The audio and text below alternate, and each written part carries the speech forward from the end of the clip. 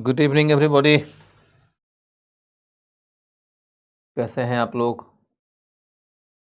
Hope everyone is perfectly fine. जल्दी से जल्दी जुड़ जाइए आप सब लोग लाइव।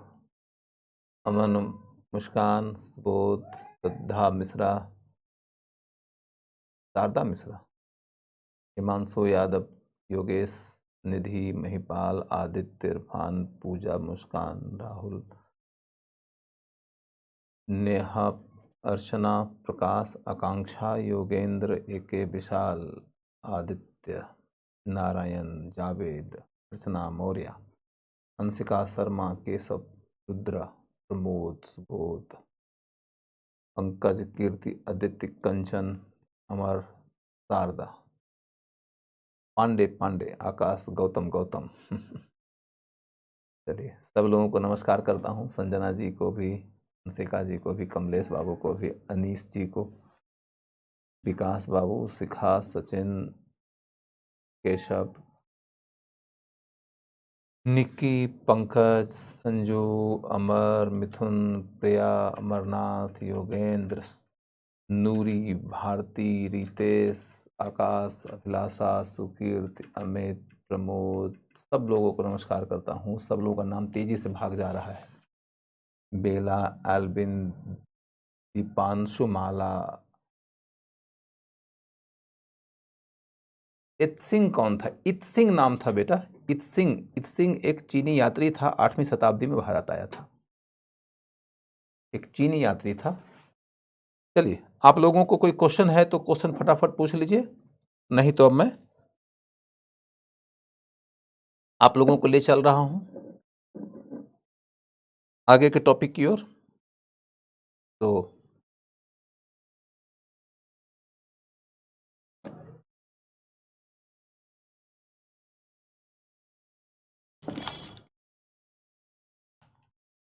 आगे का टॉपिक है हमारा, अखिल बाबू नमस्कार, खुश रहिए। तो आगे का जो टॉपिक हमारा है उसको देखो आप लोग। 7th सेंचुरी तो हमने पढ़ लिया है।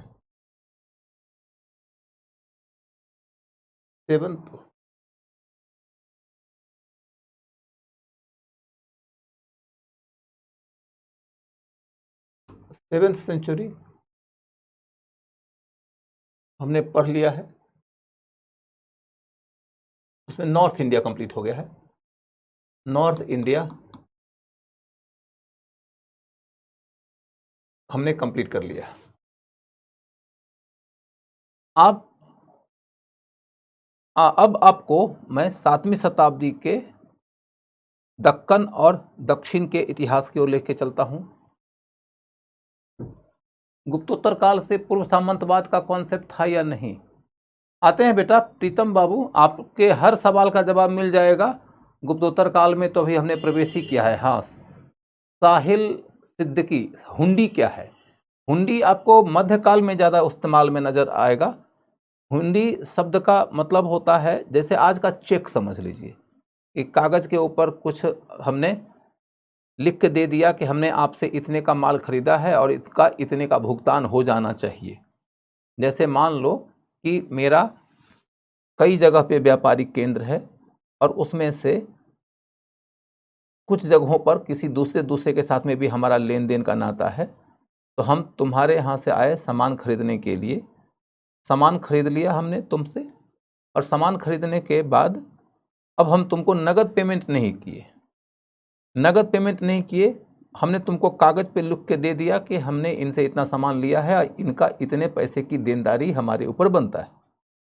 आप हमारे दूसरे व्यापारिक केंद्र के पास जाओ जहां हमारा खजाना रहता है, वहां भी आपका व्यापार है, आप वहां जाओगे, वहां कागज दिखा दोगे, वसूली कर लोगे। तो इससे फायदा ये होता है कि हर जगह हमें माल लेकर जाने की जरूरत नहीं पड़ती है। रास्ते में लूटपाट भी तो होता है। हम पैसा लेके जा रहे हैं, रास्ते में कोई लूट लिया तो नुकसान हो जाएगा। इसके लिए हमको सुरक्षा व्यवस्था अलग से लेके चलनी पड़ेगी। हमने कागज हुंडी के रूप में दे दिया आपको, अब कागज दिखा दो, कागज दिखा के आप कहीं से भी वसूली कर सकते हो। ये चेक की तरह है।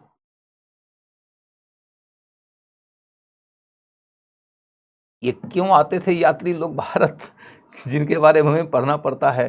अब तुम कोसना चाहते हो उन यात्रियों को तो कोस लो, क्योंकि उन्हीं ने कुछ न कुछ लिख दिया और उनके माध्यम से इतिहास की ये सारी जानकारियाँ आ गई और तुम्हारे सिलेबस में आ गया, उस पे क्वेश्चन आ जाएगा।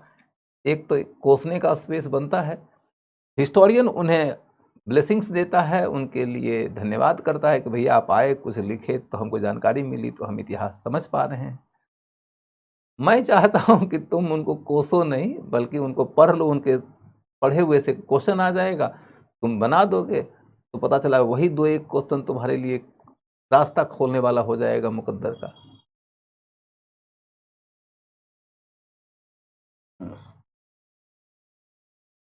हर्ष के समय क्या राजकीय व्यवस्था 4 भागों में बटी थी? नहीं नहीं भैया, राजकीय आय 4 भागों में बटा हुआ था। अब चलो, वर्धन उपाधि किसने ली? तो पिता के समय से ही चली आ रही है, प्रभाकर वर्धन है, उसके पहले की कोई जानकारी ही नहीं है। आप ड्रिंक क्या करते हो? अरे भैया मैं चाय पीता हूं, वो भी ग्रीन टी पीता हूं, इसलिए तुम लोग कहां कहां ध्यान रखते हो भाई। नोट्स देने का काम तो आपको ऑलरेडी किया जा चुका है, निकी, आपको नोट्स ऑलरेडी मिल चुका है। यदि मेरी सूचना सही है और आप सब लोगों ने भी कई दफ़ा इस बात की तस्दीक किया है कि नोट्स आपको मिल चुका है, इसलिए नोट्स आप मुझसे मांग रहे हो, इसका मतलब है कि शायद आप नोट्स तक एक्सेस नहीं बना पाए हो। Vishakha Bhardwaj, what went wrong with you बेटा? चलो अब आगे बढ़ते हैं। अग्रहार पढ़ोगे तो अग्रहारी का अपने आप समझ में आ जाएगा। अग्रहार कहा जाता है उस इलाके को जो अनुदान में दिया जाता था, ब्राह्मणों के गांव को अग्रहार कहते थे। चलो, नॉर्थ हमारा हो चुका है 7th सेंचुरी में। नॉर्थ के बाद हम दक्कन की ओर जाते हैं और दक्कन के बाद हम दक्षिण की ओर जाते हैं, और हम इस तरीके से देखें कि इधर हर्ष था, इधर बादामी के चालुक्य थे,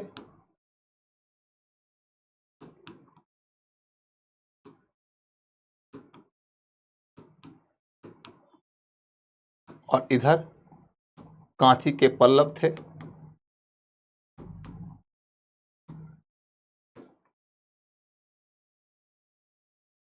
और इधर कदम्ब राज्य था। कदम्ब राज्य था। कदम्ब के बारे में जितना पढ़ाया उतना ही सफिशियंट है, उससे ज़्यादा पढ़ना जरूरी नहीं है। तो पढ़ना सिर्फ 3 राज्य के बारे में है। बादामी के चालुक्य, अभी हमारा हेडिंग होगा ये, बादामी का चालुक्य। अभी कई सारे ऐसे राजवंश आएंगे जिनके बारे में 2-1 लाइन भी जानोगे तो काम हो जाएगा, कुछ राजवंशों का ही डिटेल पढ़ना होगा। बादामी के चालुक्य के बारे में एक पैराग्राफ से ज्यादा पढ़ना एकदम जरूरी नहीं है। तो सबसे पहला पॉइंट यह हुआ कि बादामी के चालुक्य वंश का क्षेत्र, राजधानी,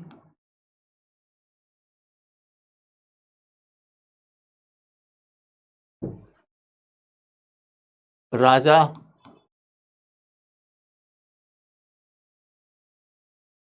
युद्ध,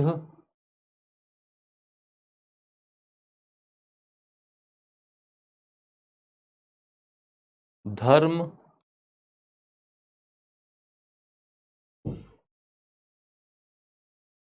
स्थापत्य,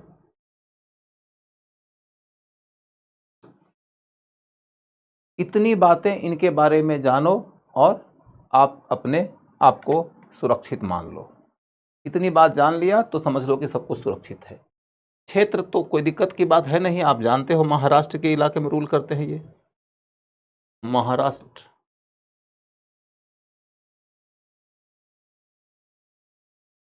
राजधानी ऑलरेडी नाम से ही स्पष्ट है, बादामी।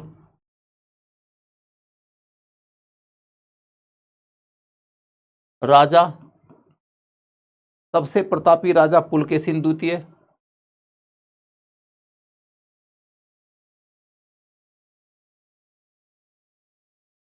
इसके बाद अनेक राजा हुए, उनके बारे में नहीं पढ़ाऊंगा, आपको नहीं पढ़ना है। इनका युद्ध किन के साथ चलता है? तो युद्ध के मामले में हर्ष से, नॉर्थ में हर्ष से युद्ध चलता था, ये आपको मैं पढ़ा चुका हूं, कल ही के क्लास में बताया हूं इसका पूरा डिटेल। उसके बाद फिर ईस्ट में उन्होंने वेंगी के क्षेत्र पर विजय किया,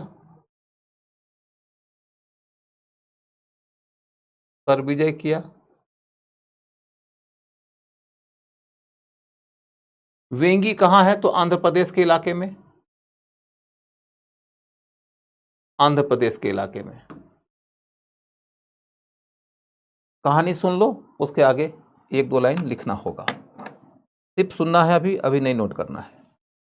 कि देखोगे कि महाराष्ट्र में रूल करने वाला राजा पुलकेशिन द्वितीय ने अपने भाई विष्णुवर्धन को बोला कि वेंगी के इलाके में जाके अभियान करो और उसको जीतकर अपने राज्य के अधीन कर लो।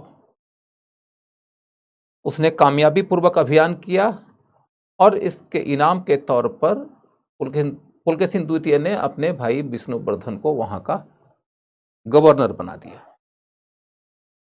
लेकिन उसके बाद फिर क्या कहानी हुई कि पुलकेशिन द्वितीय का दक्षिण के कांची के पल्लव राजाओं से युद्ध हुआ। कांची के पल्लव राजा महेंद्र वर्मन के समय में जब युद्ध हुआ तो पुलकेशिन द्वितीय की जीत हो गई। लेकिन महेंद्र वर्मन के बाद कांची के पल्लवों का राजा बन के आया नरसिंह वर्मन प्रथम, और नरसिंह वर्मन प्रथम के समय में उन्होंने हमला कर दिया पुलकेशिन द्वितीय के कैपिटल तक और उनको हरा दिया। युद्ध में ही पुलकेशिन द्वितीय मारा गया और उसके बाद बादामी के चालुक्य की जो राजनीतिक व्यवस्था थी वो थोड़ी डगमगा गई। इस युद्ध में जीत के उपलक्ष्य में नरसिंह वर्मन प्रथम यानी कि कांची के पल्लव के राजा ने एक टाइटल लिया था वातापी कोंडा। कोंडा शब्द का मतलब होता है विजेता, वातापी यानी कि बादामी, बादामी के क्षेत्र का विजेता होने का टाइटल लिया नरसिंह वर्मन प्रथम ने। और जब पल्लवों के हाथों से हारने के बाद बादामी के चालुक्य की राजनीति डगमगा गई तो विष्णुवर्धन ने इसका लाभ उठाया और उसने अब अपने भतीजा के अधीनस्थ रहने के बजाय वेंगी के इलाके में स्वतंत्रता पूर्वक शासन की शुरुआत कर दिया और वहां से वेंगी के चालुक्य नाम के एक अलग राज्य और राजवंश की शुरुआत हुई। तो वेंगी के चालुक्य राज्य की स्थापना किसने किया? उसी विष्णुवर्धन ने, जो कि पुलकेशिन द्वितीय का भाई था और उसके रिप्रेजेंटेटिव के हैसियत से वेंगी को जीतकर बादामी के चालुक्य का हिस्सा बनाया था और बाद में उसके गवर्नर के पोस्ट की स्थिति का लाभ उठाकर उसने वहां की स्वतंत्र सत्ता स्थापित कर दिया। ठीक है, ये कहानी आपने सुन लिया। अब कहानी सुन लेने के बाद प्रियांशु राय कहानी आपने सुन लिया। कहानी सुनने के बाद आप इसके मुताबिक फैक्ट्स लिख लीजिए कि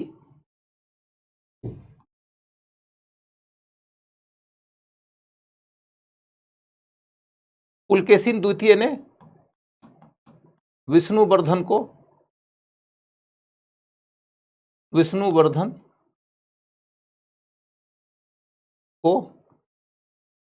वेंगी का गवर्नर बनाया।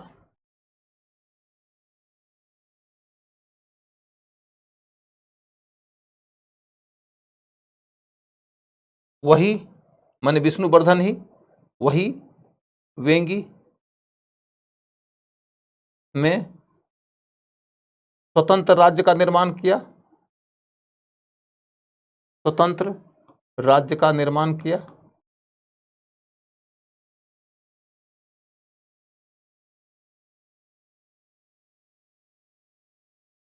जो राज्य जो 11वीं शताब्दी तक रहा, 11वीं क्या 12वीं सदी, 12वीं सदी में समाप्त हुआ।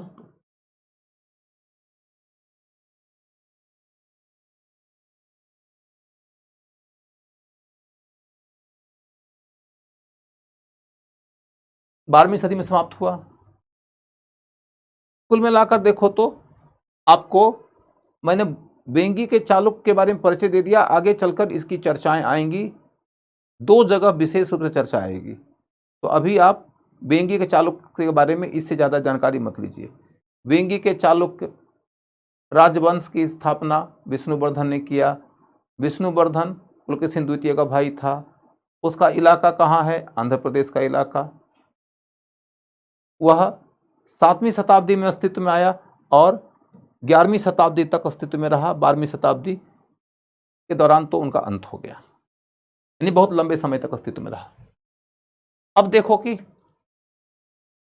नॉर्थ हो गया था, ईस्ट हो गया था। अब हम इनके दक्षिण का देखें। दक्षिण में कांची के पल्लव के साथ में संघर्ष, कांची के पल्लव से संघर्ष,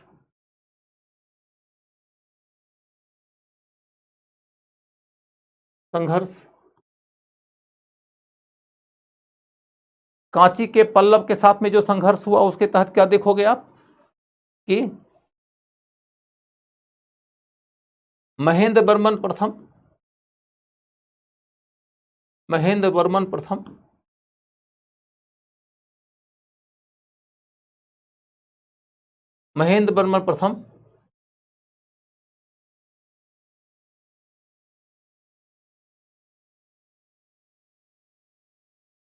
को पुलकेशिन ने हराया।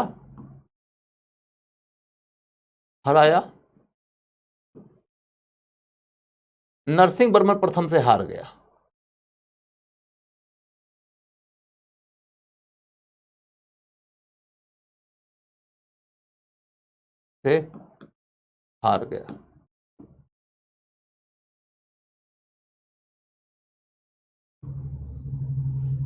अब फैक्ट लिख लिया, महेंद्र वर्मन प्रथम को हराया और नरसिंह वर्मन प्रथम से हार गया।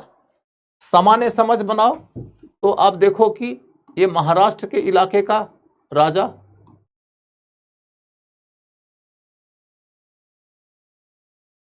अभियान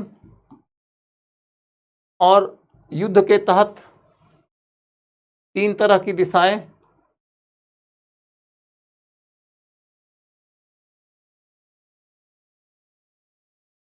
या कहो तो 4 तरह की दिशाएं हैं। उनका संघर्ष नॉर्थ से होता है। नॉर्थ में उसका युद्ध हर्षवर्धन से हुआ, आपने कहानी पर रखा है। इसका अपने से दक्षिण पश्चिम के क्षेत्र में कदंब के साथ में युद्ध होता है। लेकिन ज्यादा जानकारी नहीं मिलती है। इसका अपने से ईस्ट वेंगी से युद्ध हुआ। और वेंगी को अपने राज्य के अधीन मिला लिया। बाद में वेंगी में स्वतंत्र राज्य की सत्ता स्थापित हुई भी तो बादामी के चालुक्य राजा के भाई के द्वारा ही। उसके बाद सुदूर दक्षिण में कांची के पल्लव से युद्ध, कांची के पल्लव से, और कांची के पल्लव के राजा के साथ में कई राउंड में लड़ाइयां हुई है। कांची के पल्लव और बादामी के चालुक्य के बीच में कई राउंड्स की लड़ाई है। अभी मैंने 2 राउंड की लड़ाई तो बताया, सिर्फ और सिर्फ पुलकेशिन द्वितीय के काल की। उसके बाद भी कांची के पल्लव और बादामी के चालुक्य के राजाओं के बीच में लड़ाइयां चलती रही हैं। तो जो आपको फैक्ट लिखना है वो क्या लिखना है? तो कांची के पल्लव के साथ में देखो तो एक महेंद्र वर्मन वाला फैक्ट आपने लिख लिया, महेंद्र वर्मन वर्सेस महेंद्र वर्मन वर्सेस पुलकेशिन द्वितीय, ये जीता। उसके बाद नरसिंह वर्मन प्रथम वर्सेस पुलकेशिन द्वितीय, ये हारा, मरा, और ये टाइटल लिया वा ता पी कोंडा की। ये बहुत इंपॉर्टेंट फैक्ट है, इसको आप स्टार लगा देना, यहां से क्वेश्चन आएगा। वातापी कोंडा से, वातापी कोंडा का टाइटल किसने लिया था? हो सकता है दे दे पल्लव बंसी राजा ने, हो सकता है दे दे कदम बंसी राजा ने, बेंगी बंसी राजा ने, या बादामी के चालुक्य राजा ने।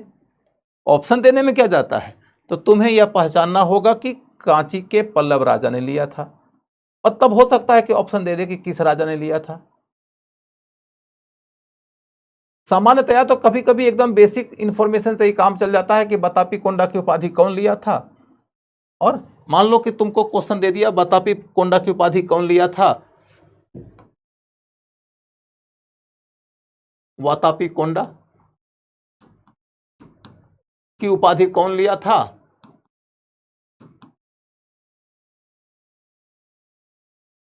और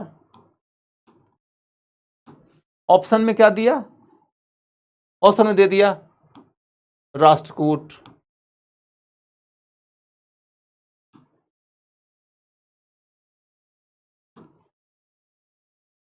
चोल,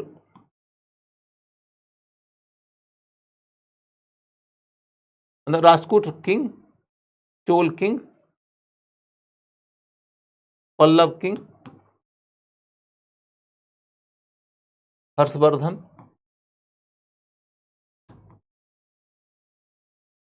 इस तरह का क्वेश्चन भी पूछा जा सकता है, जिसमें कि आपको यदि आप बता दिया हूं तब तो तुमको याद हो गया होगा, अदरवाइज तुम में से किसी को शायद ही पता होगा ये फैक्ट। अतः कमीशन वाले क्वेश्चन को जनरलाइज करते हैं और कोशिश करते हैं कि एक्यूरेट फैक्ट विद्यार्थियों को नहीं भी मालूम है तो भी यदि ब्रॉड आइडिया मालूम है कि पल्लव के जो किंग थे उन्हीं का ना युद्ध चलता था महाराष्ट्र वालों से, और हर्षवर्धन वालों का युद्ध चलता था महाराष्ट्र वालों से। हर्षवर्धन तो हार ही गया था, ये एक बार जीता भी है, कई बार हारा है कई बार जीता है बल्कि, लेकिन पुलकेशिन द्वितीय के काल में एक बार हारा है एक बार जीता है। तो इसी का एक राजा था जिसने कि बादामी को हरा के बादामी कोंडा का टाइटल लिया है। हो सकता है क्वेश्चन सिंपल पूछ दे, वातापी कोंडा का मीनिंग क्या है, वातापी कोंडा का मीनिंग क्या है, तो वातापी के इलाके का विजेता, कोंडा माने विजेता, तमिल भाषा का शब्द है कोंडा, कोंडा माने विजेता। ये बाद में भी यूज किया जाने वाला शब्द है। गंगाई कोंड चोल, गंगाई कोंड, कोंड माने विजेता, गंगा के इलाके का विजेता चोल राजा, ये टाइटल लिया गया है आगे के चोल वंशी एक राजा के द्वारा, उसके ऊपर मैं चर्चा करूंगा बाद में। तो इस तरीके से इसके बाद फिर आपको यह बताना है कि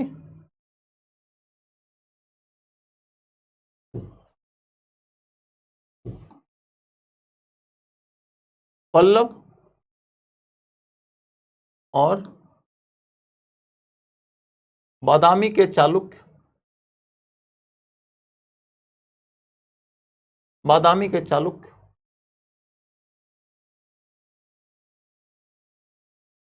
पल्लव और बादामी के चालुक्य के बीच कई चक्रों की लड़ाई हुई, कई राउंड्स की लड़ाई हुई।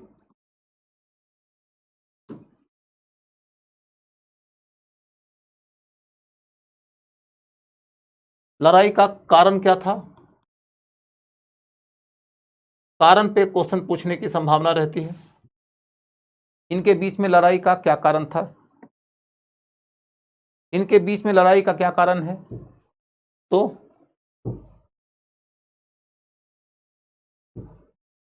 लड़ाई का कारण है रायचूर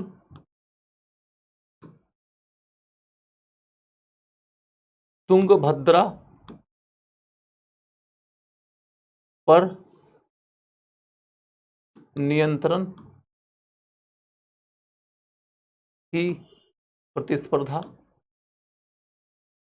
न, रायचूर तुंगभद्रा दोआब का इलाका है, दोनों के बीच में वो इलाका उर्वर बहुत है तो रेवेन्यू दे सकता है, व्यापार के लिए अनुकूल है तो रेवेन्यू दे सकता है, जिसके पास में होगा वो समृद्ध हो जाएगा, तो शक्तिशाली हो जाएगा।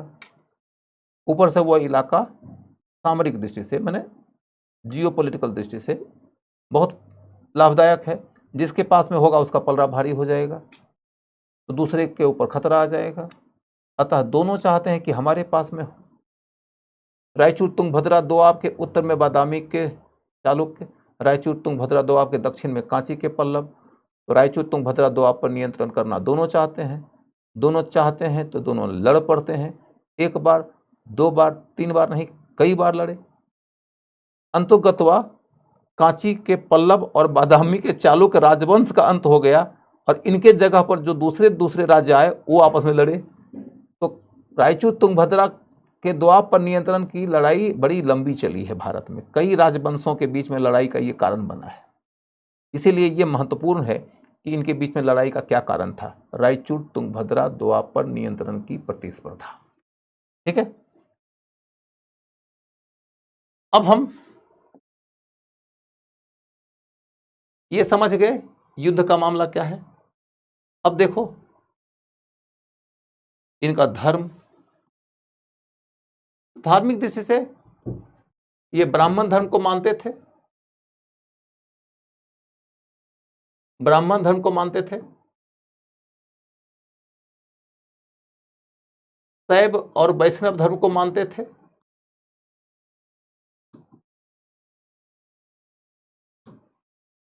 यज्ञ वगैरह कराते थे, यज्ञ वगैरह कराते थे, लेकिन जैन धर्म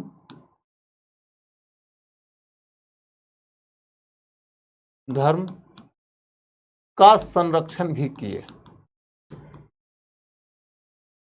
जैन धर्म का संरक्षण भी किए, जैन धर्म का संरक्षण भी किए। तो यहां पर समझने लायक कहानी क्या है कि धार्मिक दृष्टि से हम कह सकते हैं कि उदार थे, उदार थे। प्राथमिक रूप से कौन सी धारा के ये लोग थे या कौन सी धारा से जुड़े थे, ब्राह्मण परंपरा या कि समान परंपरा, यही आपको समझना होता है। तो ये ब्राह्मण परंपरा से जुड़े थे। इन्होंने भगवान शिव के लिए बड़े बड़े मंदिर बनवाए हैं, बड़ी मूर्तियां बनवाई गई हैं, ब्राह्मणों को बड़े पैमाने पे अनुदान दिया है। अनुदान के तहत बहुत बड़ा बड़ा इलाका दिया गया ब्राह्मणों को, जिससे कि ब्राह्मणों के गांव बसे हैं, जिसको अग्रहार कहते हैं। तो ब्राह्मण धर्म से जुड़े हुए थे, इसमें कोई डाउट नहीं है, लेकिन उदार थे। इसलिए इनके यहां हम देखते हैं कि जैन धर्म भी खूब फल फूल रहा था, और उसी जैन धर्म को मानने वाला था रवि कीर्ति, रवि कीर्ति, जिसने एहोल प्रशस्ति लेख लिखा था, एहोल प्रशस्ति लेख लिखा था, एहोल प्रशस्ति लेख लिखा था। एहोल प्रशस्ति लेख माने प्रशस्ति का मतलब समझ ही गए होंगे, प्रशंसा में लिखा गया लेख। एहोल नाम के जगह से वह लेख मिला है। वह लेख जैन धर्म से संबंधित एक मंदिर में मिला है। हालांकि वो मंदिर अभी ज्यादा पता नहीं चलता कैसा है, टूटा उटा है तो पता नहीं चलता है, लेकिन जैन धर्म से संबंधित कोई भवन रहा है, उसकी संरचना के कैंपस के अंदर ही एक अभिलेख मिला है, जिस अभिलेख में रवि कीर्ति ने पुलकेशिन द्वितीय की प्रशंसा के शैली में उसके विजयों का पूरा ब्यौरा दिया है, जिसमें कि उसने ये भी बताया है कि उसने हर्षवर्धन को हरा दिया था। उस लेख में उसने न सिर्फ पुलकेशिन द्वितीय की बड़ाई किया है, अपनी बड़ाई भी खूब किया है। बोला कि हम बहुत बड़े साहित्यकार हैं, कालिदास वगैरह की श्रेणी में है। मतलब कालिदास का नाम लिया है और बोला है कि हम उसी श्रेणी के बड़े साहित्यकार हैं। खैर, उसके बारे में उसने क्या कहा उसको छोड़िए, अब आगे बढ़ जाते हैं कि हम समझ गए कि उसकी धार्मिक नीति कैसी थी या उसके काल में धर्म वगैरह कैसा था। अब स्थापत्य की बात करेंगे। स्थापत्य के तहत बहुत कम जानकारी लेना है यहाँ पर कि इसके काल में हम देखते हैं कि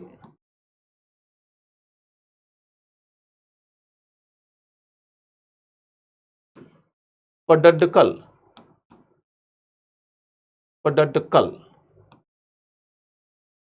का पापनाथ मंदिर, पडड्डकल का पापनाथ मंदिर, इनके काल में बनाया गया है। और आप पडड्डकल का पापनाथ मंदिर और इसके बाद विरूपाक्ष मंदिर, विरूपाक्ष मंदिर बनवाया गया। विरूपाक्ष मंदिर, ये दोनों ही मंदिर शिव से संबंधित हैं।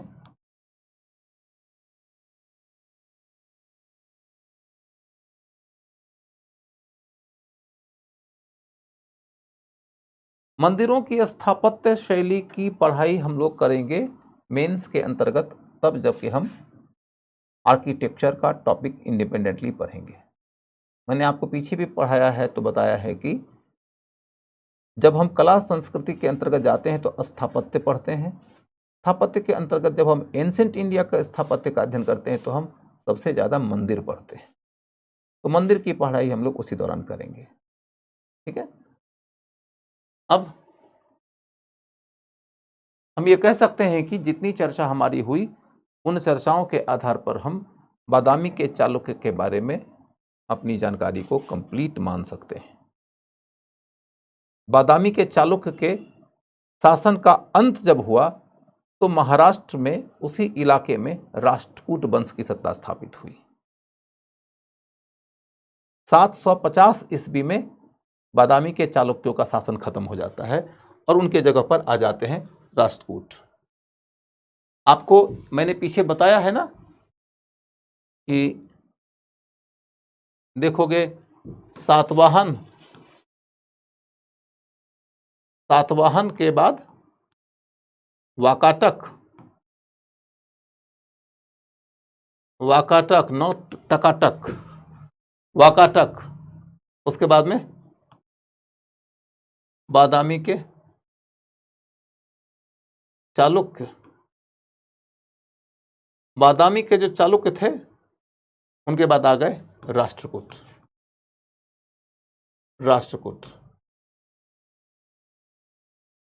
राष्ट्रकूट आए 750 ईस्वी में और इसके बाद आए हैं कल्याणी के चालुक्य।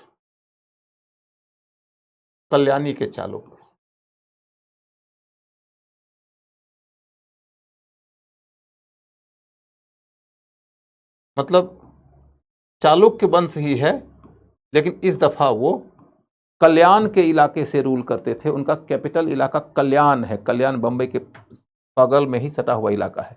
कल्याण के इलाके से रूल करते थे, इसको उनको कल्याणी का चालुक्य कहते हैं। हम उनकी चर्चा बाद में करेंगे। तो बादामी के चालुक्य के बारे में जितनी बातें मैंने बता दिया वो बातें संपूर्ण हो गई हैं। इसकी ओर से कोई क्वेश्चन बनता है आप लोग पूछ लीजिए।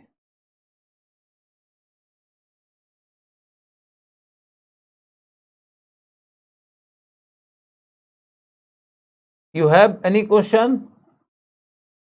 Please ask. Otherwise, allow me to go ahead.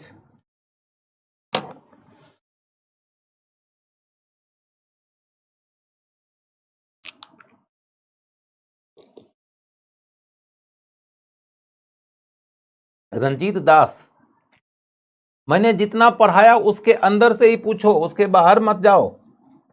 जितना पढ़ाया है वो तुम्हारे एग्जाम के लिए सफिशिएंट है, उतने के दायरे से ही क्वेश्चन आएगा। तुमको यदि पूछना है तो इसके अंदर की कोई बात पूछना है तो पूछ लो, otherwise don't ask for the further extension. ठीक है,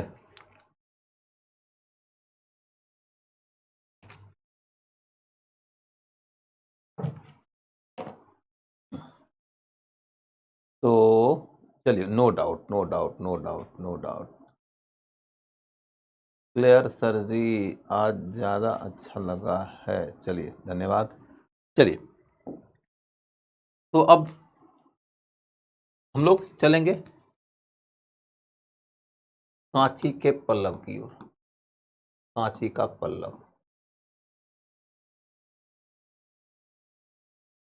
कांची का पल्लव। कांची का मतलब, कांची उनका कैपिटल है, पल्लव उनका वंश है। तो दक्षिण भारत के अंतर्गत आप इतिहास जब पढ़ते हो तो देखते हो कि ये वो जगह है जहाँ से कि हमको पाषाण काल की भी जानकारी मिलती है, फिर महापाषाण काल की जानकारी मिलती है, फिर वहाँ संगम संस्कृति का विकास हुआ, फिर वहीं पर हमको पल्लव राजवंश का उभार होता हुआ नजर आता है। पल्लव वंश जो है वह 7वीं सदी में महत्वपूर्ण हो गया, महत्वपूर्ण हुआ। 7वीं सदी में पल्लव वंश महत्वपूर्ण हुआ। ये नहीं कि पहली दफा इसी दौरान इनका जन्म हुआ। हमें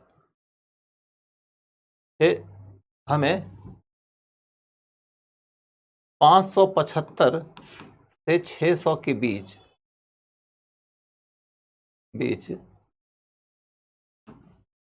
सिंह विष्णु नाम का एक राजा मिलता है। सिंह विष्णु नामक पल्लव राजा का उल्लेख मिलता है।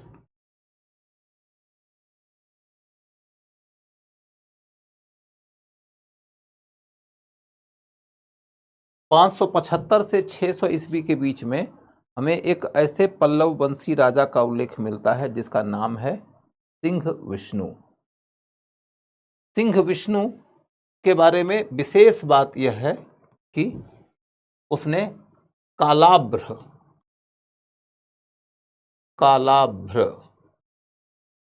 विद्रोह का दमन किया था। कालाभ्र विद्रोह का दमन किया था। कालाभ्र विद्रोह का दमन किया था। सिंह विष्णु ने कालाभ्र विद्रोह का दमन किया था। उसके बाद फिर देखो और इसके पीछे चलो तो हमें विष्णुगोप नाम का एक राजा मिलता है।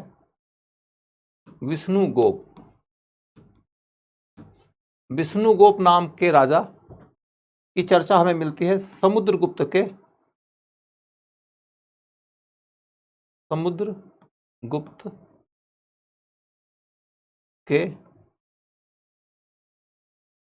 प्रयाग प्रशस्ति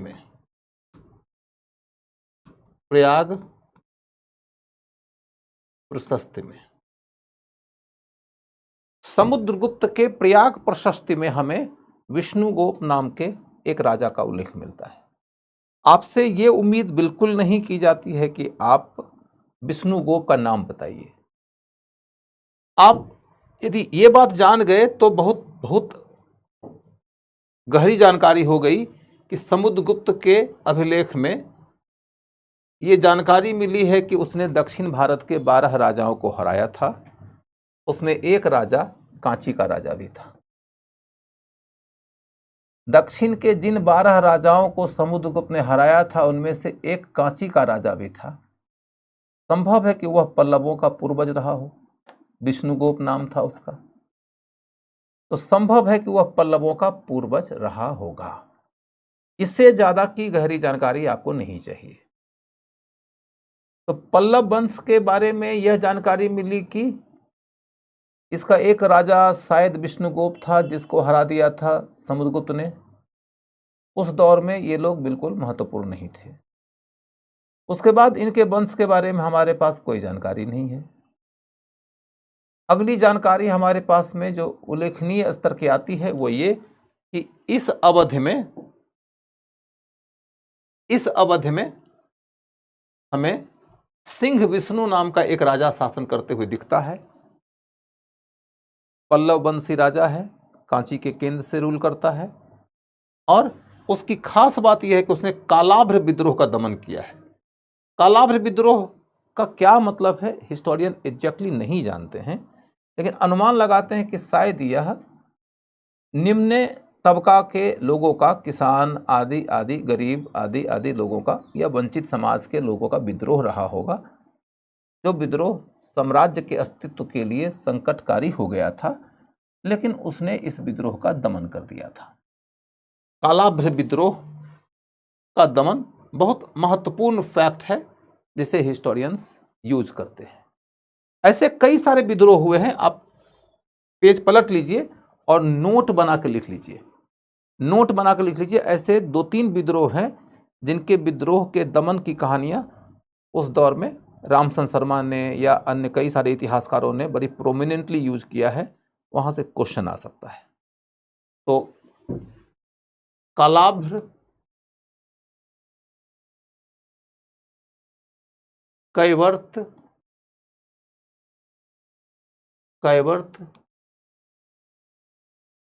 और दमार, हो सकता है क्षेत्र दे दे कि ये सब विद्रोह कौन से इलाके में हुए थे। तो कालाभ्र विद्रोह हुआ है कांची के क्षेत्र में, मतलब दक्षिण में, तमिलनाडु, और इसी का दमन किया था सिंह विष्णु ने। और कैवर्त का क्षेत्र जो है, कैवर्त विद्रोह जो हुआ है वो बंगाल में हुआ है, बंगाल में। और दमार का विद्रोह जो है कश्मीर में।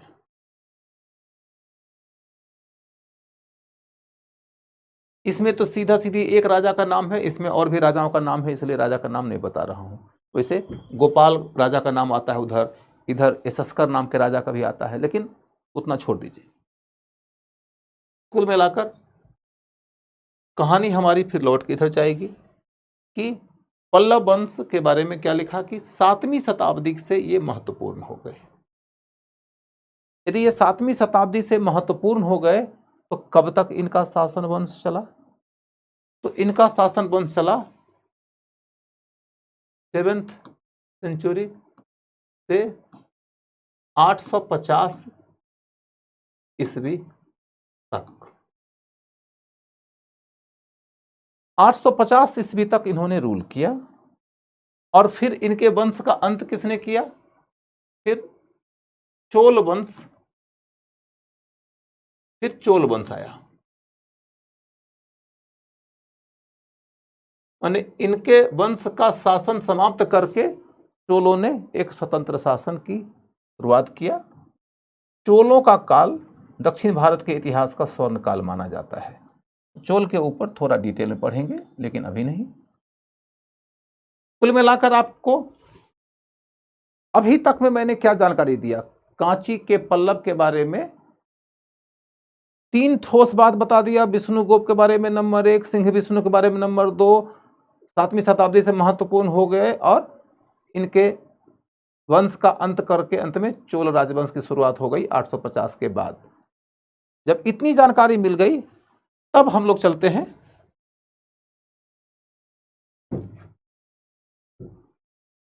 क्षेत्र, राजधानी,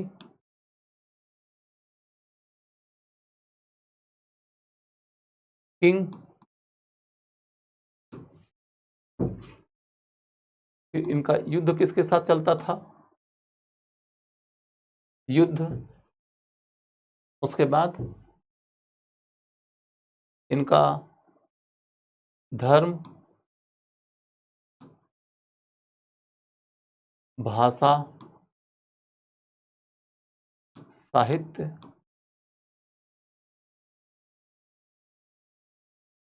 फिर स्थापत्य,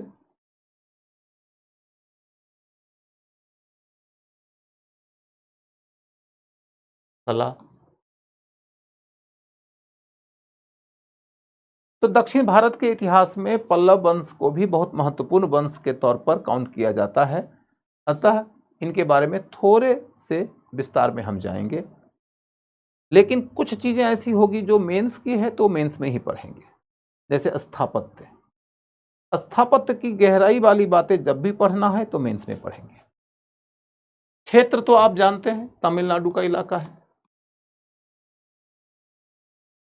तमिलनाडु, वो भी नॉर्थ तमिलनाडु।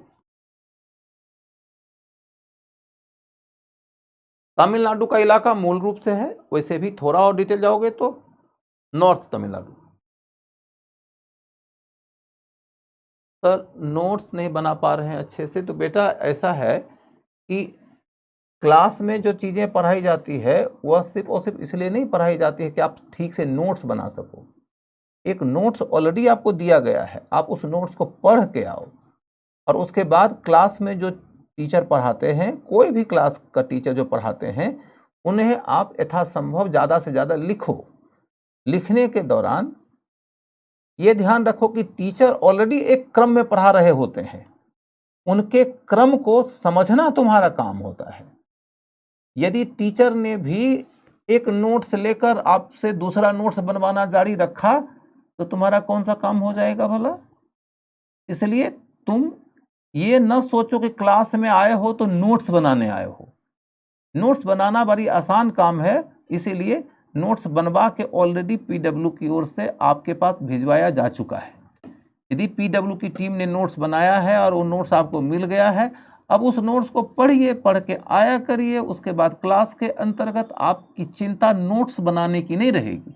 क्लास में आने के बाद आपकी चिंता रहेगी कि जितनी बातें पढ़ाई गई है वो अधिकांश बातें हम लिख लें, उसको समझ लें, उनके अंदर से क्या क्वेश्चन आएगा इस पर ध्यान केंद्रित करें, और हमारा परफॉर्मेंस इसके बीच से मैक्सिमाइज हो जाए। क्लास का काम नोट्स बनाने मात्र का नहीं होता है।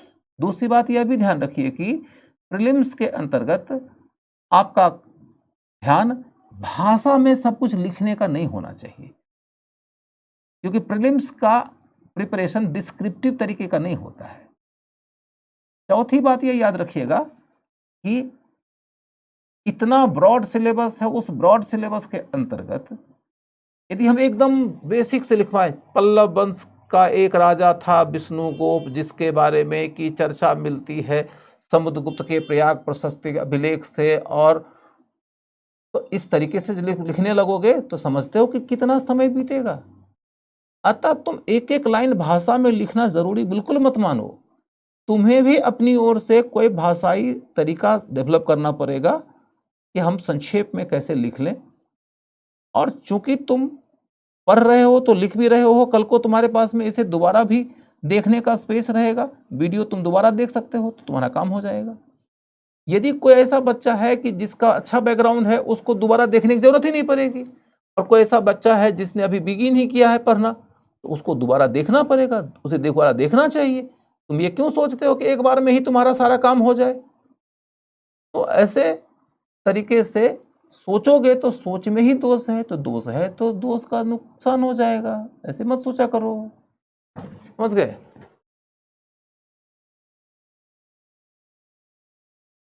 चलो अब आगे। राजधानी कांची, कांची हो सकता है कांचीपुरम दे दे।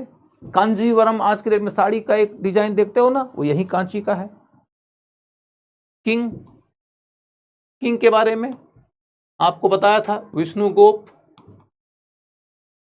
विष्णुगुप्त, उसके बाद सिंह विष्णु, सिंह विष्णु। अब विष्णुगुप्त के बारे में आपको कुछ नहीं पढ़ना, सिंह विष्णु के बारे में आपको कुछ नहीं पढ़ना। तो अब आप जाओगे महेंद्र वर्मन प्रथम की ओर। महेंद्र वर्मन प्रथम, तो महेंद्र वर्मन प्रथम के बारे में आपको कुछ काम की बातें लिखना होगा। महेंद्र वर्मन प्रथम के बारे में कुछ काम की बातें लिखो।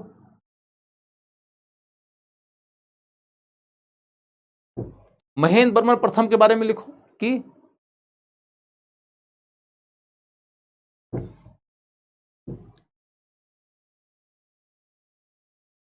वह पहले जैन था, पहले जैन था,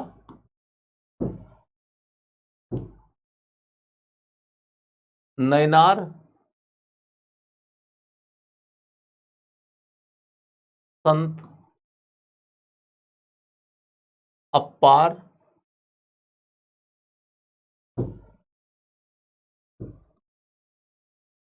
के प्रभाव में शैव धर्म अपनाया।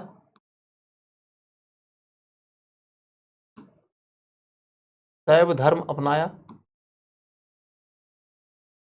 नैनार संत अप्पार के प्रभाव में आकर शैव धर्म अपनाया।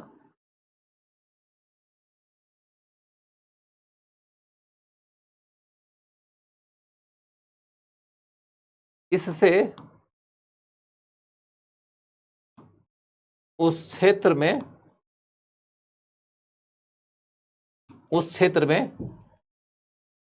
जैन धर्म का पतन हुआ। इससे उस क्षेत्र में जैन धर्म का पतन हुआ।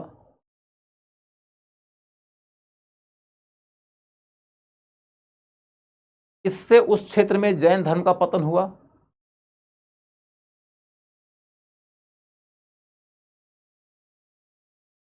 उसके बाद फिर तीसरा क्या है कि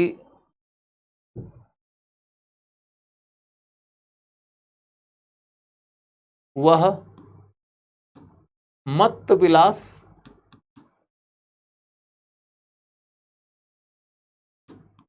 प्रहसन लिखा था।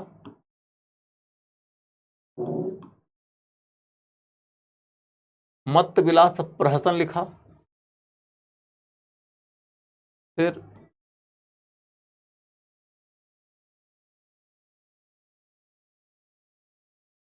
मंडप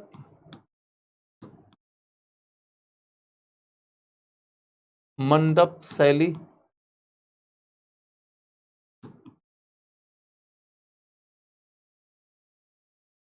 मंडप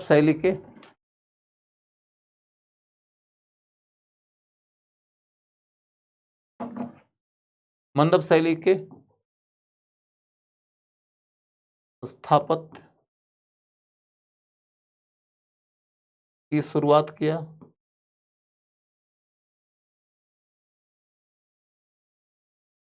मंडप शैली के स्थापत्य की शुरुआत किया।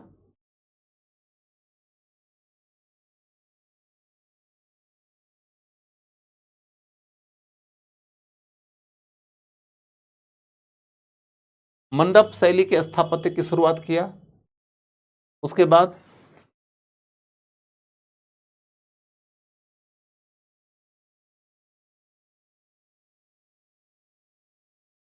वह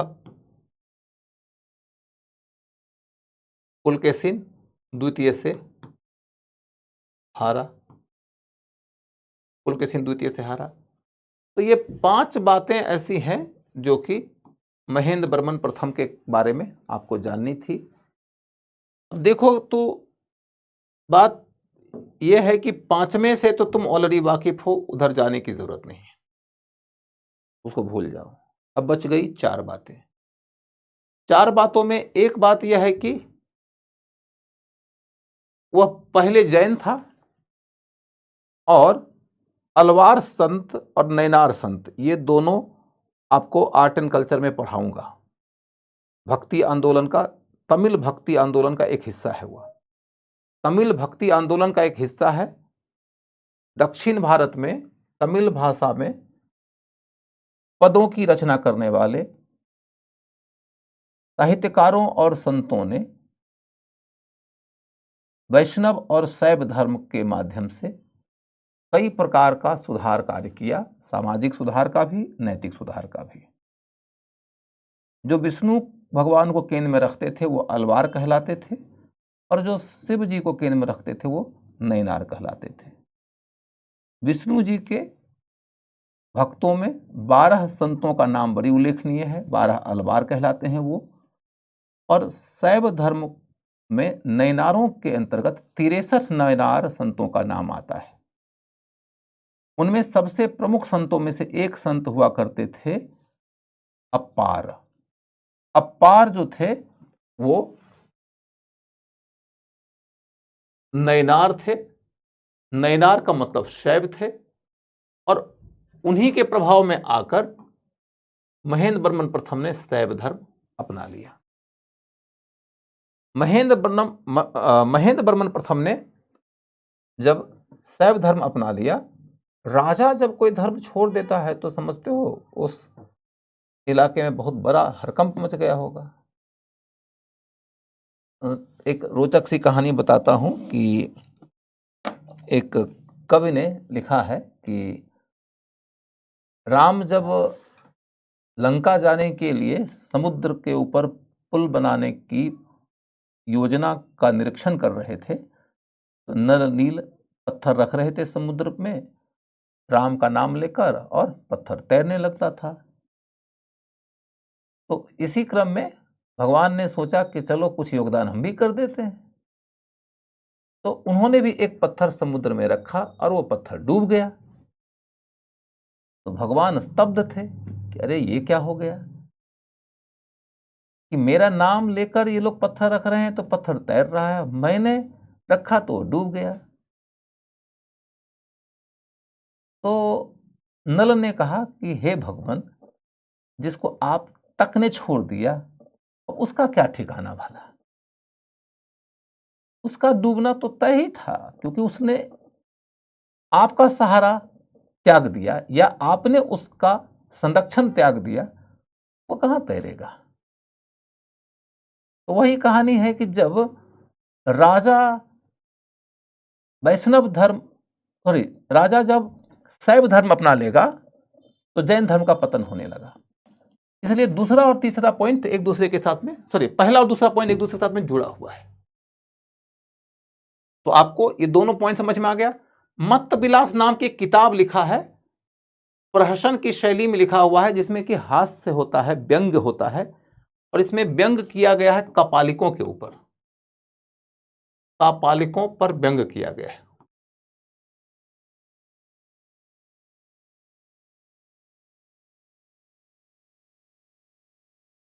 कापालिक भी शैव धर्म की ही एक शाखा है।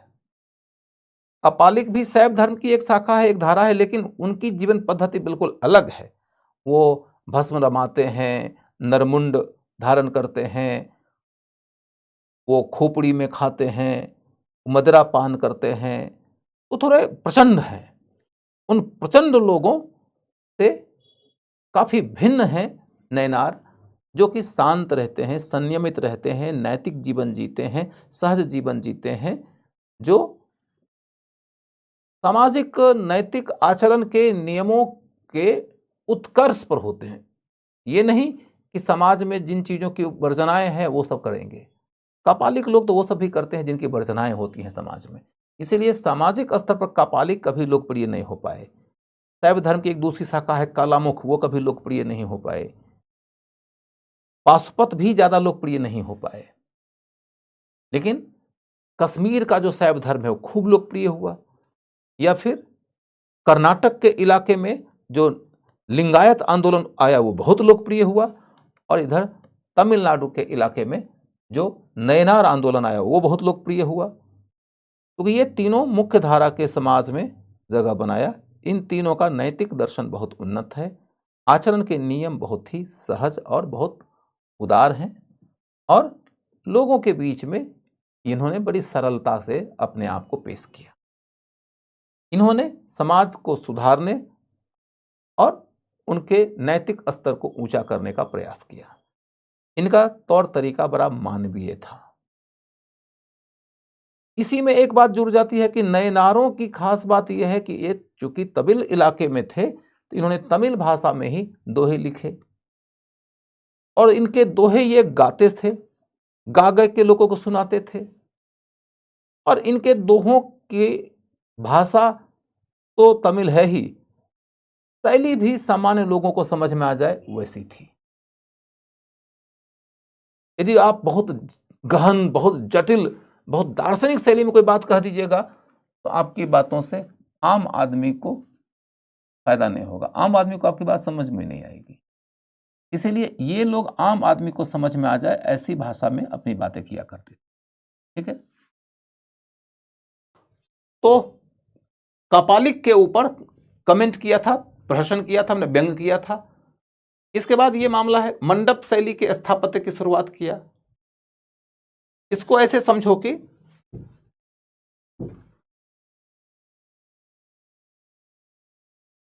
पल्लव काल में आपको क्या नजर आने को है?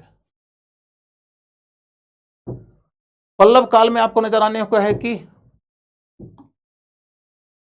स्थापत्य की द्रविड़ शैली का विकास हुआ। द्रविड़ शैली का विकास हुआ। स्थापत्य की द्रविड़ शैली का विकास हुआ। जो स्थापत्य की द्रविड़ शैली है इसका चरणबद्ध विकास हुआ है। इसका चरणबद्ध विकास हुआ।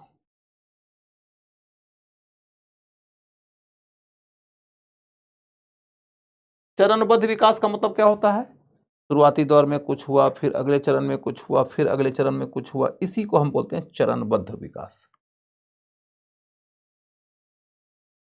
पहला चरण क्या है? पहला चरण क्या है?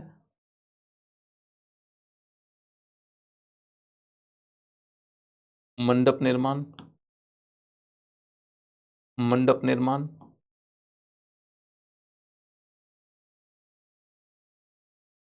किसने कराया? महेंद्र वर्मन प्रथम ने।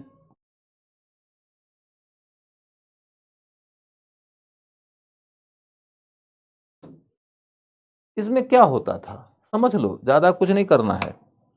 आप कहोगे सर फोटो वोटो दिखा दीजिए तो बहुत सब बढ़िया समझ में आ जाएगा, तो मैं कहूंगा कि फोटो दिखाऊंगा लेकिन मेंस में दिखाऊंगा। इसमें फोटो वोटो देखने के चक्कर में तुम्हारे काम का फैक्ट ही भूल जाओगे तुम। अभी तुम जहां जहां भी तुम्हारे लिए फोटो की जरूरत है वो फोटो दिखाऊंगा, मुझे मालूम है कहाँ जरूरत है। और क्या होता है ना, ज्यादातर लोग फोटो वोटो ज्यादा इसलिए लेकर आते हैं कि उनको याद होता नहीं है। वो जहां जहां से इकट्ठा कर लिए, इधर की मिट्टी उधर का कुछ कुछ ना कि काहे, वो एक है ना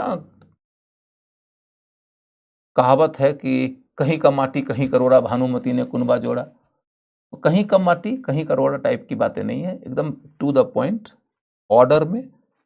परीक्षा के लिए जो जरूरी है उस पर फोकस करो। ये नहीं है कि फोटो देखते रहो, यहाँ नयन सुख के लिए थोड़े ना आए हो। फोटो की उपयोगिता होती है तब जबकि हमको उस फोटो के माध्यम से कुछ विशेष बातें लिखनी है, देखनी है, वो मेंस में दिखाएंगे। अभी यहां पर अभी देखो मंडप निर्माण, महेंद्र वर्मन शैली। इसमें क्या होता है, पहाड़ को काट दिया आपने, पहाड़ को काट के आपने एक मंडप बना दिया। मंडप का मतलब सिंपल सही है, मंडप आपने बना दिया बस। पहाड़ को काटा, पहाड़ को काट के मंडप बनाया। हमारे बस 9 अप्रैल के बाद एंशिएंट मेडिवल हिस्ट्री खत्म हो जाएगा। देखो मैं टाइमिंग के बारे में बात कर लूंगा फिर, अभी तो नहीं बात कर सकता हूं इस विषय पर। सर साइड हट जाइए। एक सज्जन का नाम ले रहे हैं, क्या आप उनको जानते हैं? हाँ हाँ, क्यों नहीं जानते हैं, तो हमारे नीचे ही रहते थे। हमारे नीचे ही, मतलब जहाँ मैं पढ़ाता हूँ, हमारे नीचे उनका ही सेंटर है। मैं बढ़िया से जानते हैं, मतलब युवा लोग हैं, मैं थोड़ा सीनियर हूँ, और ठीक है, बढ़िया से जानते हैं, एक दूसरे को बढ़िया से जानते हैं। मतलब मैं उनसे प्रेम से बात करता हूँ, वो मुझसे इज्जत से बात करते हैं, इसी तरह का संबंध है। जैसे कि कल आपने एक शिक्षक का नाम लिया था, तो मैंने कहा था कि मैं उनसे इज्जत से बात करता हूँ, वो मुझसे प्रेम से बात करते हैं, क्योंकि मुझसे बड़े हैं। और आज आपने एक दूसरे शिक्षक का नाम लिया, तो मैं कहूँगा कि वो मुझसे इज्जत से बात करते हैं, मैं उनसे प्रेम से बात करता हूँ। प्रेम का मतलब ये नहीं है कि इज्जत नहीं है, प्रेम का मतलब ये है कि वो मुझे बड़े भाई टाइप का देखते हैं, मैं उनको छोटे भाई टाइप का देखता हूँ, इस तरह की बात है। बाकी तो रिश्ता नाता तो सबके साथ में रहता ही है। मुखर्जी नगर में जितने भी टीचर हैं, वो सब एक दूसरे को लगभग जानते ही हैं, क्योंकि छोटा सा जगह है। यदि आपका नाम होगा तो नाम फैल जाएगा, सब तक जाएगा, तो इसलिए सब नाम एक दूसरे को जानते रहते हैं। खैर, अब आप उनसे आगे बढ़िए। तो हाँ भाई, वो तो हमारे मित्र हैं। आपने जो अरोड़ा साहब का बोला, वो तो हमारे मित्र हैं, बढ़िया से जानता हूँ। तो चलिए, अब तुम सारे सारे टीचर का नाम लेके उनको जानते हैं भैया, सब लोग एक दूसरे को जानता है, तो तुम सब हमारा यहाँ जनरल नॉलेज टेस्ट कर रहा है जी। ये कौन टीचर को हम जानते हैं, कौन टीचर को हम नहीं जानते। सब टीचर को हम जानते हैं, सब टीचर हमको जानते हैं, सब टीचर से प्रेम है। कोई हमसे बड़े हैं, कोई हमसे छोटे हैं, कोई हमारे हम उम्र हैं। जो बड़े हैं उनकी हम इज्जत करते हैं, जो छोटे हैं वो हमारी इज्जत करते हैं, जो हम उम्र हैं सब एक दूसरे से मोहब्बत करते हैं, एक दूसरे के साथ में गॉसिप करते हैं, सब करते हैं। तुम काहे के लिए सारे टीचर का नाम लिए जा रहे हो? विवाद पैदा करना चाहते हो क्या जी? आगे बढ़ो। एक टीचर के साथ में तुमने विवाद ऑलरेडी पैदा कर दिया है, और उस विवाद के चक्कर में मेरा मन कितना दुखा। अब बाकी सब बड़े आदरणीय हैं, बड़े सम्माननीय हैं, मैं बड़ी इज्जत करता हूँ, बहुत प्रेम करता हूँ। आगे से तुम लोग कुछ भी पूछेगा, वैसे भी सब यही सच है जो मैं बोल रहा हूँ, यही सच है जो मैं बोल रहा हूँ, लेकिन तुम लोग अब बिना मतलब का फंसाने की कोशिश मत किया करो। आगे बढ़ो। खैर, पल्लव काल, स्थापत्य की द्रविड़ शैली का विकास हुआ, इसका चरणबद्ध विकास हुआ। चरणबद्ध विकास के तहत सबसे पहला काम क्या है? तो सबसे पहला है कि मंडप शैली का विकास हुआ महेंद्र वर्मन काल में। उसके बाद दूसरा है रथ शैली का विकास हुआ, रथ शैली का विकास, रथ शैली का विकास ये हुआ नरसिंह वर्मन प्रथम के काल में। नरसिंह वर्मन प्रथम के काल में, नरसिंह वर्मन प्रथम, इसके काल में क्या हुआ? तो इसके काल में यह हुआ कि पहाड़ को ही काटकर अब रथ की शैली में भवन का निर्माण शुरू हुआ। रथ की शैली का मतलब है कि नीचे चक्का लगा होगा, उस चक्के के ऊपर संरचनाएं बनाई जाएंगी। तो रथ की शैली में भवन निर्माण का काम किया गया किसके काल में? नरसिंह वर्मन प्रथम के काल में। और इसमें किनके नाम का रथ बनाया गया? तो 5 पांडव, 5 पांडव सबके अलग अलग हैं। द्रौपदी और एक है स्थानीय की देवी है वलियान कुट्टई, वलियान कुट्टई। वलियान कुट्टई एक स्थानीय देवी हैं।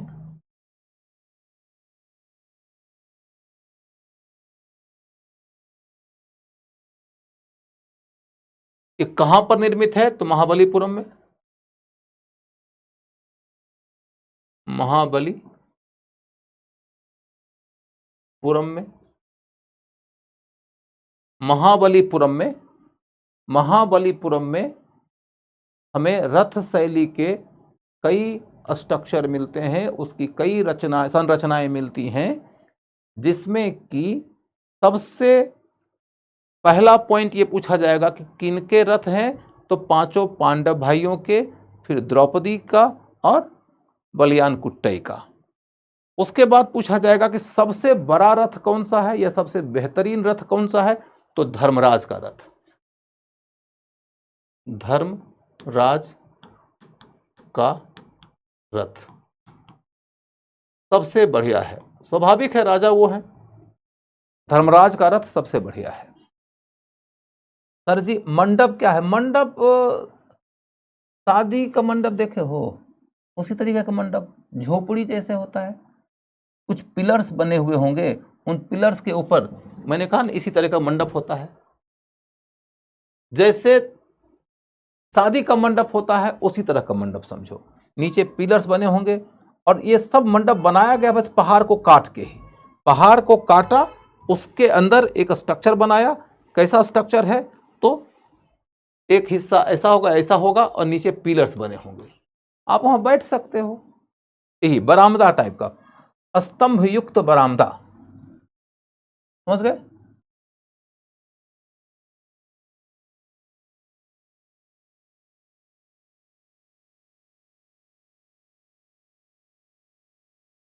आगे, हाँ, तो धर्मराज का रथ का मामला हो गया। उसके बाद फिर देखोगे कि तीसरी शैली जो है वो स्वतंत्र मंदिरों की है, स्वतंत्र मंदिरों की है। अच्छा, यहां रथ शैली में आपने लिख लिया है ना, राजा जिन्होंने की इस शैली की शुरुआत किया वो नरसिंह वर्मन थे। इधर स्वतंत्र मंदिर है, तो सबसे पहले स्वतंत्र मंदिर का मतलब समझो। स्वतंत्र मंदिर का मतलब है कि अब ऐसे मंदिर का निर्माण होने लगा जो किसी पहाड़ को काटकर बनाई गई संरचना नहीं है, बल्कि पहाड़ से दूर किसी भी जगह पर ईंट पत्थर से मंदिर का निर्माण होने लगा। इसको कहते हैं स्वतंत्र मंदिर। रथ का निर्माण हुआ था पहाड़ को काट के, उसके पहले स्तंभ का निर्माण, सॉरी, हाँ, मतलब ये जो मंडप का निर्माण हुआ था पहाड़ को काट के। तो पहाड़ को काट के निर्माण की शुरुआत हुई, पहले बना मंडप, उसके बाद बना रथ। लेकिन तीसरे कदम, तीसरे चरण की ओर जब बढ़े, स्वतंत्र मंदिर आ गया। स्वतंत्र मंदिर का मतलब पहाड़ से अलग संरचना। इसके तहत जो सबसे प्रसिद्ध मंदिर है, जो मेंस के क्लास में मैं पक्का पढ़ाऊंगा, वह है कांची का कैलाश मंदिर। कांची का कैलाश मंदिर। उसके बाद है तटीय मंदिर।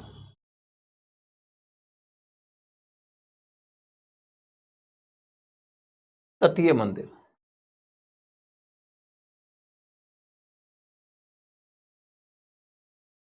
तटीय मंदिर। उसके बाद है वैकुंठ पेरुमल मंदिर। वैकुंठ पेरुमल मंदिर, वैकुंठ पेरुमल मंदिर। कांची जगह का नाम है, कांची का कैलाश मंदिर। कैलाश का मतलब भगवान शिव का धाम है कैलाश। जब आप भगवान शिव का मंदिर बनाते हैं तो मंदिर का मतलब यह हुआ कि आप एक तरीके से अपने मन में एक संकल्प लेते हैं कि हे भगवान, हम आपको यहाँ स्थापित कर रहे हैं, माने हम आपका धाम बना रहे हैं। भगवान का मंदिर माने भगवान का घर,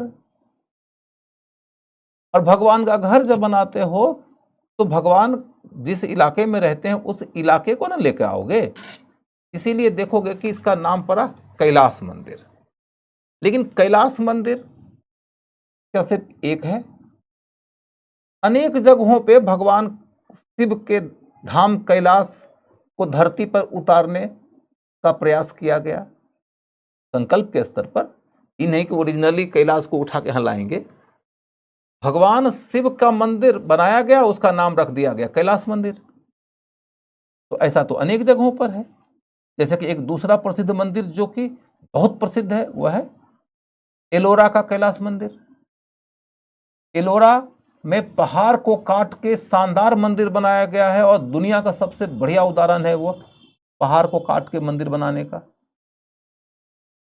तो एलोरा का कैलाश मंदिर बहुत प्रसिद्ध है, राष्ट्रकूट राजा कृष्ण प्रथम के द्वारा बनवाया गया था, उसे भी कैलाश मंदिर कहते हैं।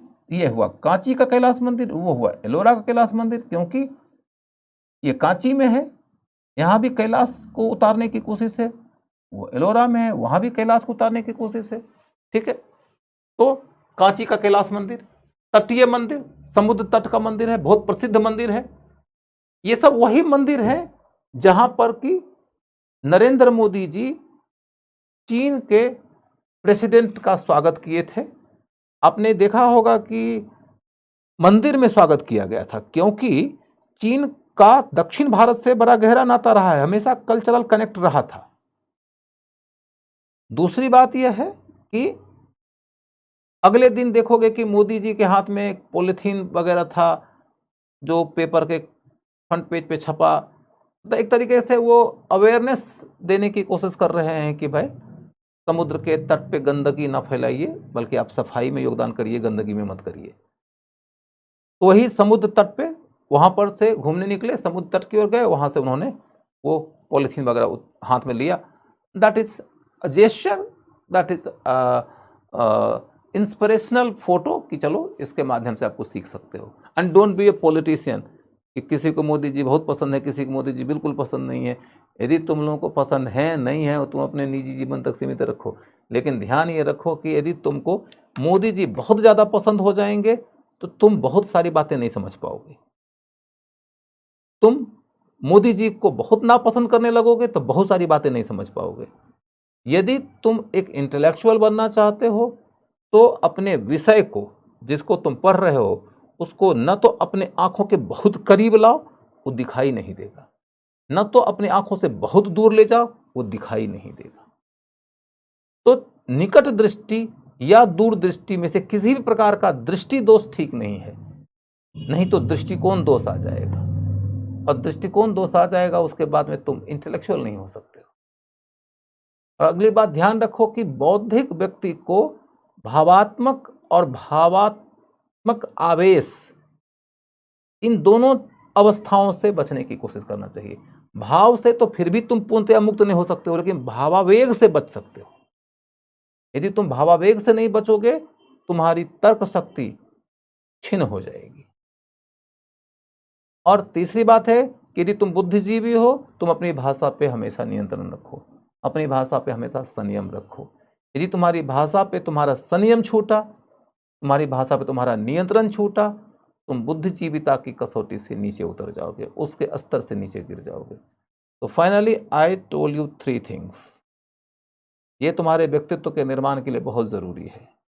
पहली बात यह है कि किसी भी व्यक्ति को पढ़ो, चाहे वो मोदी जी हो, चाहे ABCDEFGH कोई भी हो, चाहे वो कोई राजा हो, कोई संत हो, कोई फकीर हो, कोई महापुरुष हो, महात्मा गांधी हो, भगत सिंह हो, कोई भी हो, उनको एक कैरेक्टर की तरह पढ़ो। उनको अपने दिल में इतना जगह न दे दो कि उनके ऊपर तुम्हारा दिमाग ही ना काम करे।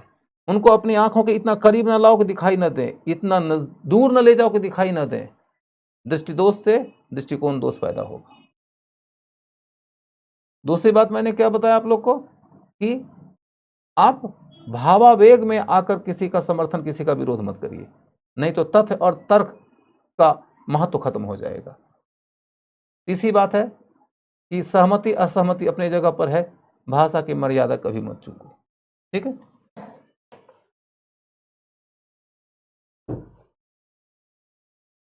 अब देखो कि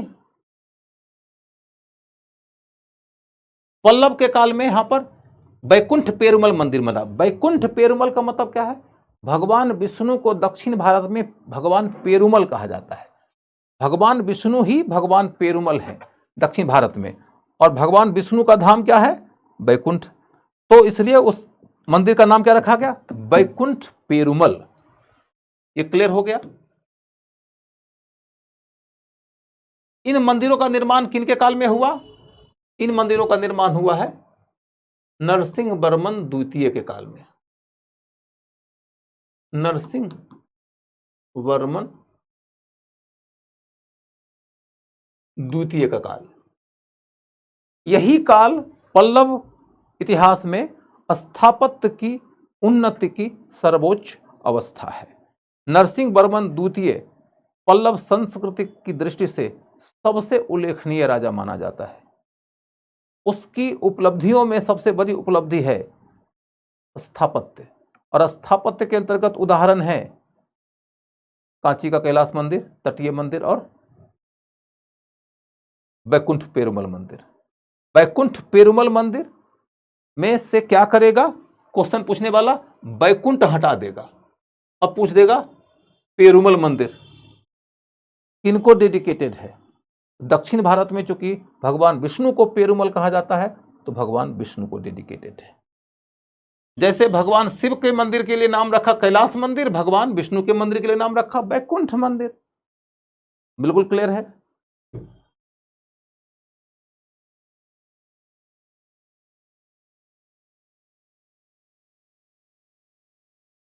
अब चल के देखो कि मंडप, रथ शैली और स्वतंत्र मंदिर ही हो गया।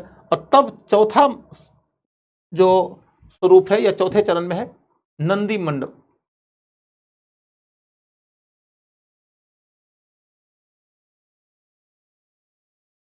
नंदी वर्मन की शैली, नंदी बर्मन की शैली। इस दौर में छोटे छोटे मंदिर बने, छोटे छोटे मंदिर बने। छोटे छोटे मंदिर क्यों बने नंदी बर्मन की शैली के तहत? क्योंकि नंदी बर्मन जब शासन कर रहा था उस समय पालों की स्थिति खराब थी, अर्थव्यवस्था कमजोर थी, पतन की ओर जा रहे थे। तो मंदिर बने तो, लेकिन उनमें उतनी भव्यता नहीं है। और इसके उदाहरण है मांगतेश्वर मंदिर,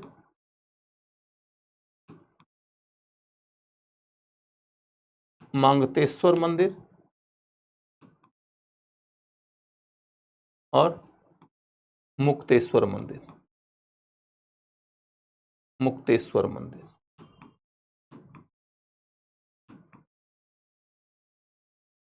मांगतेश्वर मंदिर और मुक्तेश्वर मंदिर। मांगतेश्वर और मुक्तेश्वर मंदिर नंदी बर्मन शैली का उदाहरण है। इसी जगह पर पल्लव काल के इतिहास में क्वेश्चन सबसे ज्यादा पूछे जाते हैं। इस जगह पे मांगतेश्वर और मुक्तेश्वर पे नहीं, इनके स्थापत्य के ऊपर। मैं आपके सामने में फिर से दोहराता हूं, पल्लव स्थापत्य के 4 चरण। पहला चरण मंडप शैली, किसने बनवाया? महेंद्र बर्मन। दूसरा चरण रथ शैली, किसने बनवाया? नरसिंह बर्मन प्रथम।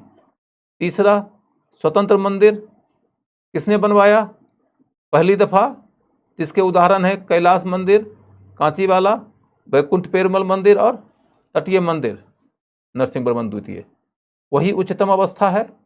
और चौथा है नंदी बर्मन शैली। नंदी बर्मन शैली के तहत उदाहरण क्या है? मांगतेश्वर मंदिर, मुक्तेश्वर मंदिर। कुल मिलाकर आपके सामने में यह स्पष्ट हो गया कि इनके समय में हमने देखा है कि द्रविड़ शैली के स्थापत्य की शुरुआत हुई। यही द्रविड़ शैली आगे चलकर चोल काल में अपने चरम पर पहुंच जाएगी। चोल काल में अभी हम नहीं गए हैं। पल्लव काल के दौरान मंदिर निर्माण की दिशा में जो गति हुई, जो विकास हुआ, वह चोलों के लिए पृष्ठभूमि बन गया और वही चोलों की चरम अवस्था के पीछे का आधार है। उसकी चर्चा बाद में। अब देखो, यदि मैं कहूं कि महेंद्र बर्मन की कहानी तो हमारी पूरी हो गई, कोई दिक्कत नहीं है। महेंद्र बर्मन के बाद में नरसिंह बर्मन प्रथम। नरसिंह वर्मन प्रथम। नरसिंह बर्मन प्रथम के बारे में सिर्फ और सिर्फ 2 बातें जाननी है, मात्र 2 बातें नरसिंह बर्मन प्रथम के बारे में जानना है, और तुम वो दोनों बातें जान चुके हो। नरसिंह बर्मन प्रथम के बारे में सिर्फ 2 बातें जानना है। एक, वातापी कोंडा वाली कहानी याद है आप लोग को? वातापी कोंडा की कहानी आपको याद है? बिल्कुल नहीं जाना। और दूसरा रथ शैली। रथ शैली आपको अभी अभी पढ़ाया हूं। 2 बातें जान गए, नरसिंह बर्मन प्रथम खत्म। क्लियर है? उसके बाद नरसिंह वर्मन द्वितीय। नरसिंह वर्मन द्वितीय के बारे में यह जानना है कि सांस्कृतिक दृष्टि से सबसे उल्लेखनीय यही था। सांस्कृतिक दृष्टि से सबसे ज्यादा कामयाब, सांस्कृतिक दृष्टि से सबसे ज्यादा कामयाब।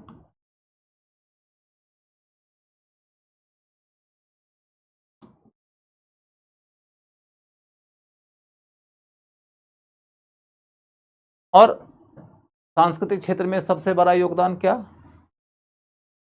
स्वतंत्र मंदिर। स्वतंत्र मंदिर, स्वतंत्र मंदिर के उदाहरण क्या? आपने तीनों मंदिर लिख लिया है, बस इतनी ही बात थी। तो नरसिंह वर्मन द्वितीय भी आप जान गए। उसके बाद फिर अगला राजा जो उल्लेखनीय है,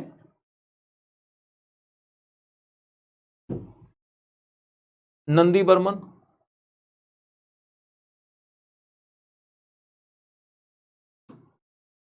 नंदी वर्मन के बारे में भी सिर्फ इतनी बात कि उसने कुछ मंदिरों का निर्माण करवाया, मांगतेश्वर मंदिर, मुक्तेश्वर मंदिर, इसके अलावा कुछ नहीं। नंदी वर्मन के बाद अंतिम राजा, पल्लव वंश का अंतिम राजा अपराजित। अंतिम राजा अपराजित था। अपराजित के बारे में दो बातें जानना है।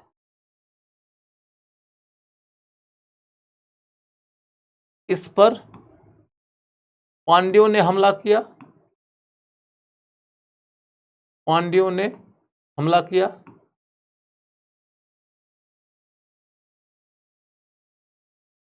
पांड्यों ने हमला किया। पांड्य कहां थे? तो दक्षिणी तमिलनाडु में। दक्षिणी तमिलनाडु में एक राजवंश है, पांड्य राजवंश। उन्होंने देखा कि जब पल्लव कमजोर पड़ गए हैं तो पल्लवों पर उन्होंने हमला कर दिया और पल्लव राजा अपराजित उनसे पराजित हो गया। तो पराजित हो जाने के बाद में फिर क्या स्थिति हुई कि अपराजित का एक सामंत था। सामंत का मतलब आपका अधीनस्थ। पल्लव राजा अपराजित का एक सामंत था, विजयालय नाम का। विजयालय नाम का एक सामंत था।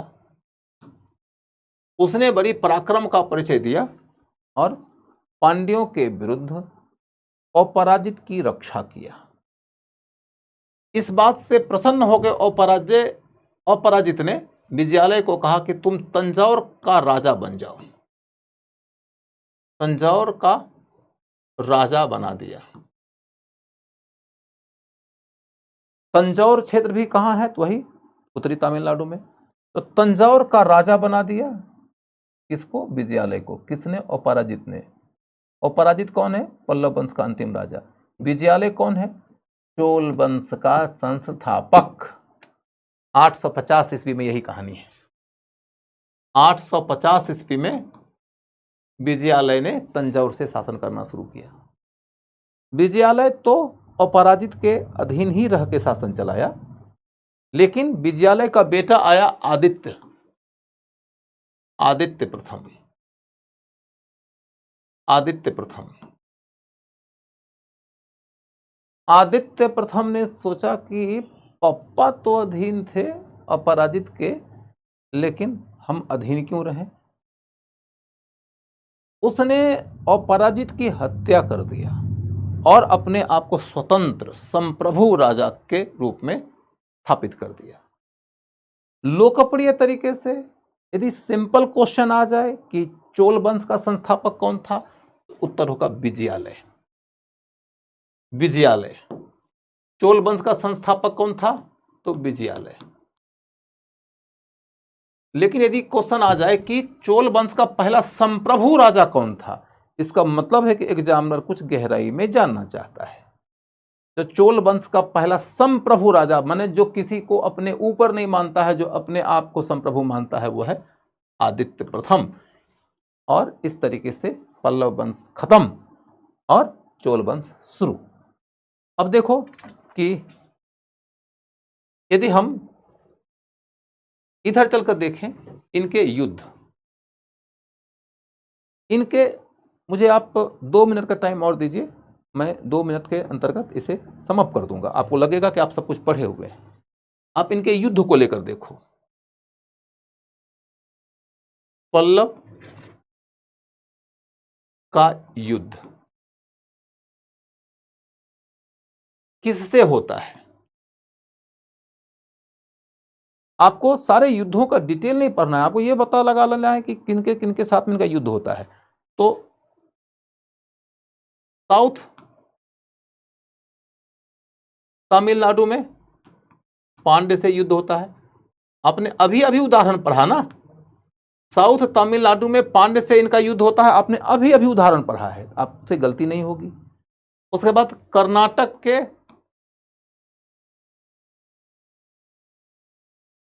कदंब से इनका युद्ध होता था, कर्नाटक के कदंब से इनका युद्ध होता था, आपसे गलती नहीं होनी चाहिए। इसके बाद महाराष्ट्र के बादामी के राजा से,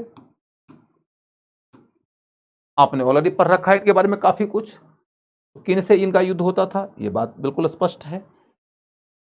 राजाओं का नाम सिर्फ इन्हीं में उल्लेखनीय है, बाकी में कहीं उल्लेखनीय नहीं है, तो युद्ध की कहानी बिल्कुल ही स्पष्ट है। इसके बाद फिर इनका धर्म, धर्म के स्तर पर देखो तो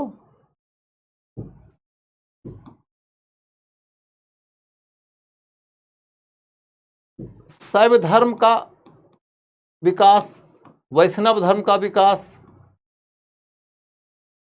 कर्मकांडीय धर्म भी चलता है, और जैन धर्म का पतन, जैन धर्म का पतन।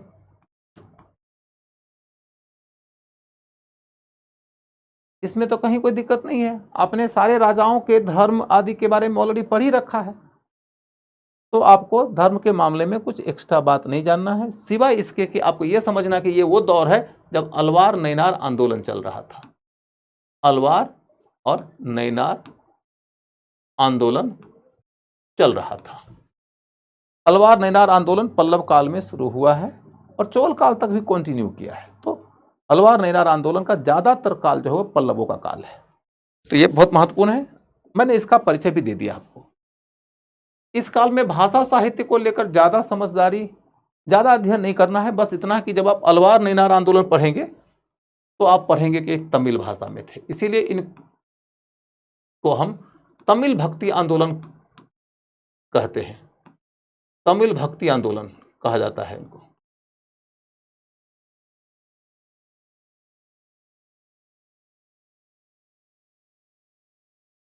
ठीक है, तमिल भक्ति आंदोलन कहा जाता है। इसके बाद फिर स्थापत्य की सारी बातें आपने पढ़ ही रखा है, चारों चरण मैंने बताया है। अलग से कला के लिए कुछ खास नहीं पढ़ना है। मूर्ति कला के अंतर्गत हम दीवाल के अंतर्गत जो मूर्ति कला वगैरह है उसका एक छोटा सा हिस्सा मात्र आपको जानना है कि जब मंदिर बनता है या मंदिर के पहले रथ बनता है तो इनके दीवालों के ऊपर मूर्तियां भी बनाई जाती है, मूर्तियां भी बनाई जाती है। और इनमें सबसे प्रसिद्ध मूर्ति जो एक है महाबलीपुरम में, महाबलीपुरम की एक मूर्ति है, महाबलीपुरम की एक मूर्ति है, उसको क्या कहा जाता है? गंगावतरण, गंगावतरण या अर्जुन की तपस्या, अर्जुन की तपस्या। महाबलीपुरम के दीवाल पर एक दृश्य उकेरा गया है, उस दृश्य की पहचान करने में इतिहासकार मतभेद के शिकार हैं। कुछ लोग इसे महाबलीपुरम का अर्जुन की तपस्या का दृश्य बोलते हैं, कुछ लोग इसे धरती पर गंगा अवतरण का दृश्य बोलते हैं। यह है यूपीएससी में जब भी क्वेश्चन पूछा जाएगा तो ऑब्लिक लगा देगा और पूछेगा कि यह कहां से मिला है, तो महाबलीपुरम से मिला है। एक बार ऑलरेडी पूछा जा चुका है, आज से करीब 6-7 साल पहले। इसके बाद फिर एक और उदाहरण है कला का, जो आपको मैं पीछे जैनिज्म पढ़ाने के वक्त बता चुका हूं, वह है नवसित्तन वसन। नवसित्तन वसन की गुफाओं